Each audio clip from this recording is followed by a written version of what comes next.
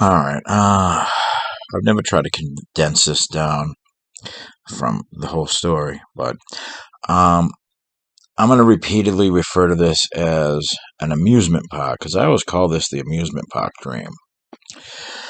But it's really a roadside attraction that I'm referring to. But when I first had the dream, I didn't really know what to call it. But it's not so much of an amusement park as a roadside attraction. All right. And I never looked at this as an end of the world dream until long after I'd had it because I pondered this dream quite a bit because of how it made me feel when I had it. There's been very few instances of my skin's crawled over a dream, and you'll understand why it's so weird because it doesn't seem like that kind of dream, but I was sick after having this dream. All right, I'm riding. You guys might remember the picture of a chopper that used to be on my Shall Not Be in French channel. I'm riding that chopper, which looked like it was fucking brand new, if you remember the picture. But in this dream, it looks like it hadn't been maintained in about 10 years.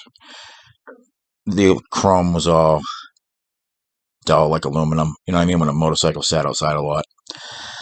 So it's me, the douchebag, awful woman I was with long ago, and one of her friends, and he's on a motorcycle.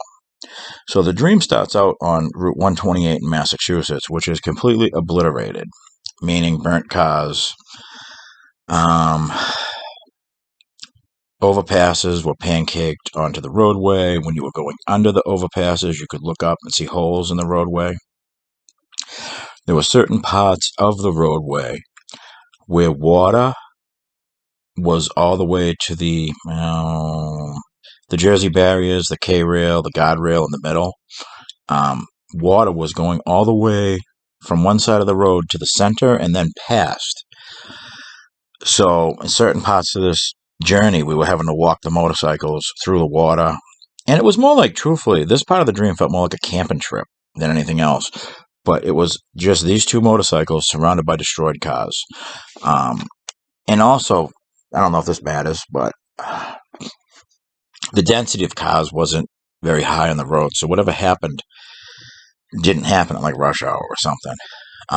In fact, truthfully, whatever happens probably happened at night because there wasn't very many cars on this road.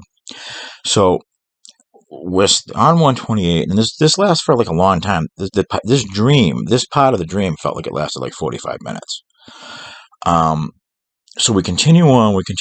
The road gets narrower and shittier, and it actually turns into a road in Lee, Maine that begins with an A that I'm not supposed to say. But it's an actual road that I was going to apply for a job on once long ago, and I got stuck in an ice storm on this road. And I don't want to get derailed, but a salt truck came, and he slid down the hill into this little gully too. And me and him were both sitting there stuck. But the point being, it's during the summertime, and we're on this road. And I'm looking down into that gully, and we were going to camp there. One of the motorcycles was broken. I don't know, but we didn't seem like we were in any hurry to move. So as we're on the top of the hill, looking down into this little gully where I ended up getting stuck once long ago, people started to show up, and it was small groups of people, like 2 or 3. But the interesting thing is, and this is another powerful part of the stream that has nothing to do with you guys, but there were people in that dream that I didn't even remember. Like the old drunk, he wasn't even old, but when I was the tiniest little kid, there was this old drunk man that used to paint the trim in the windows at my father's body shop. Like people like him just started to show up and talk to me. And they'd talk briefly and then leave. And it was just 2 by 2, the people from the gun club when I was a kid. Just everyone. I mean, I'm not saying like people I met at the grocery store, but if I interacted with someone, they were in this dream. That's why I say the whole dream was extremely long. So the thing is, I noticed that everyone I talked to in this dream, not everyone, but I'd say 8 out of 10 of them pissed me off somehow. And the interesting part is the last 2 people that I talked to were the people who were my best friends when I lived in Maine. So while I'm talking to them, I look over and I see these gigantic buildings out in the woods. And they look overgrown, and they look like they've been there for like 100 years. So I says to the awful woman that I was with in the dream, I'm gonna go over there and check that out. So she comes with me, and as it took a while to get through the woods, I don't have time to fucking do this dream justice, but we ended up at this abandoned amusement park, and there was a clown on all the signs, which you'll see that eventually. Um, I can't tell you the name of the amusement park because I don't want nobody knowing it because I'm going to use that for my.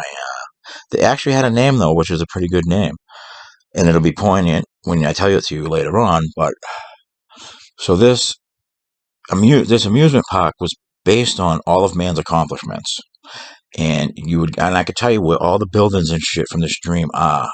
I almost all of them. You go into the first building, and it's all animatronic shit from like the 30s. This amusement park looked like had been built over time, from like the 20s to like the 1950s.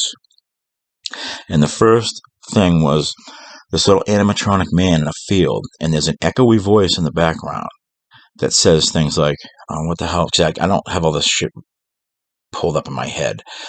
The first thing that you see is the little man and the guy are saying, the early pioneers toiled in the fields, and it was just this little animatronic burlap man, and this little hoe just went back and forth. So at this point, I'm just desperately wanting to talk to the woman that's there, that's running this, which is weird because she doesn't have a place anywhere else. And I'm desperately wanting to find out how old this thing is, how it works. Can I see underneath there? Because that's how my brain works. And while this is happening, douchebag, as we'll call her from now on, was trying to get a good deal on a t-shirt or a bracelet or something, and I was just like so embarrassed by what a fucking piece of shit she was. So we go into the next thing, and I'm not going to get into all of them, but there was one that we went into that was all wars, past, present, and future, which I have a ton of fucking ideas of how I'm going to make that fucking happen. I mean, not wars, but you wait and see. I got some pretty good fucking little video ideas that'll be fun. I just have to get to the woods. But the past wars, like big cavalry charges and shit, and it was all miniature and animatronic, and I'm not doing a good job of explaining it, but the future wars were very chrome and jetpacky and robots and that kind of shit. But then we went into another room and it was talking about, what did the guy say it was the best? The 1930s saw the rise of bootleggers and motorized bandits, and it was just all of this shit about. In fact, there's a screen in the background where a Model A goes by and the guy's hanging out the window with the Tommy gun, right? There was another room that was the history of auto racing, which, oddly enough, is what got me to the bootlegging car racing thing in some strange way. We don't need to get into all the rooms because I don't have an unlimited amount of time here, and I wanted to wait until I did because this is pretty fucking awesome. Each of these rooms was so fucking great. But everything is dilapidated, and I guess I'm going to get you to the end. When we get to the end, it's a giant. Like when you go to see a band play and the seats are at an angle going up like a Coliseum or something, and in the dead center of it, there's a rocket. And it has all the takeoff equipment on the rocket and everything else. And there's trees and shit growing through it, and the building is like falling down, and when you're outside of the buildings, it's the clown's voice, but when you're inside, it's the 1950s announcer voice. And I just remember hearing the clown's voice echoing over the speakers. So we get onto the rocket, which has got lead paint peeling and heavy rust and shit on it, because the fucking thing has been sitting outside for decades. And when I'm up on the rocket, I look down and there's this representation of a town or Earth or something. And I just remember that it was a whole town, like a train set, but it was done. Remember the little Ferris wheel cars when you were a kid that actually looked like cars? There were those with like the wheelbarrow tires, and I just became transfixed on one of them. There was a whole bunch of different ones. They were all metal flake, and there was a green Ford Maverick sitting in a railroad crossing. And I'm looking at this green Ford Maverick, and the railroad crossing lights are blinking, and there was a cellophane ocean, and the rocket started to take off, and it's shaking, and I'm seeing like limbs breaking off of trees, and stuff is breaking, and the thing is shaking, and there's loud noise coming over the speakers, and the rocket starts to lift up, and I become like transfixed on this fucking Ford Maverick. Like there's nothing I've ever wanted in my life more than that fucking Ford Maverick. And the rocket's shaking, and it's taking off, and we're going up. And at this point, this is the point in the dream where I'm like, because you haven't heard all the details of the other shit. This is the point in the dream where I'm like, wow, this stuff is all really old. This is probably dangerous. So the thing's shaking, and the rocket's going up. And now, like in the dream, I'm in like fucking tears, beating on the fucking rocket, trying to get off of the rocket to get to this Ford Maverick.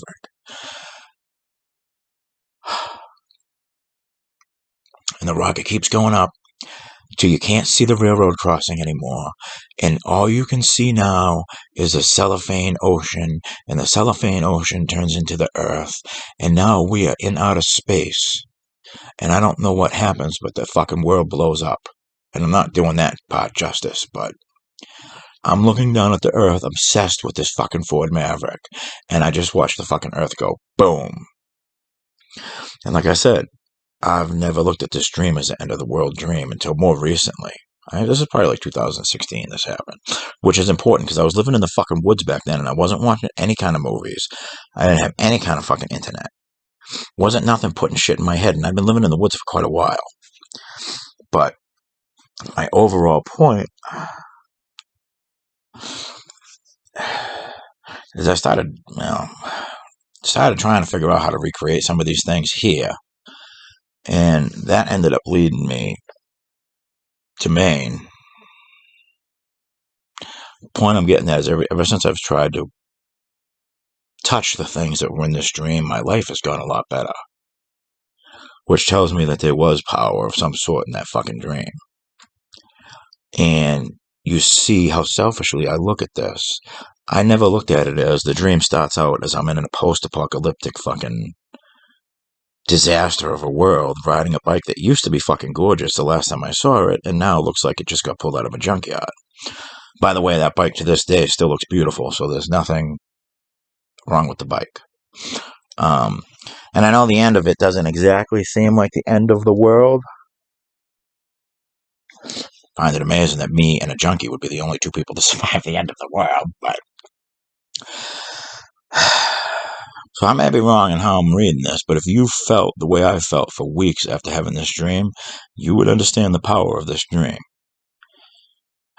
And I never refer to it as the end of the world dream. I always refer to it as the abandoned amusement park dream, but